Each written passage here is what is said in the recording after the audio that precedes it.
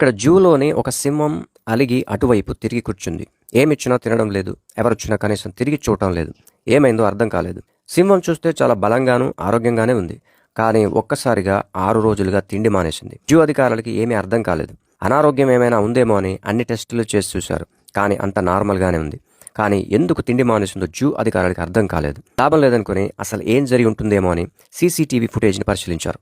అందులో వారొక shocking news తెలుసుకున్నారు. గత 3 నెలలుగా ఒక చిన్న పాప వీల్ చైర్లో వచ్చి ఒకే సమయానికి వచ్చి చూసి వెళ్తూ ఉండేది. సింహం కూడా ఆ అమ్మాయిని చూడడానికి వచ్చి కాసేపు అలా కూర్చొని వెళ్ళేది.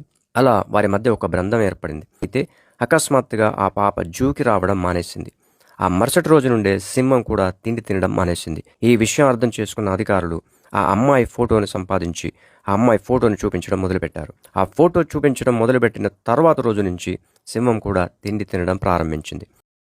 పాపం ఫ్రెండ్ కోసం ఫుడ్ మానేసిన సింహం.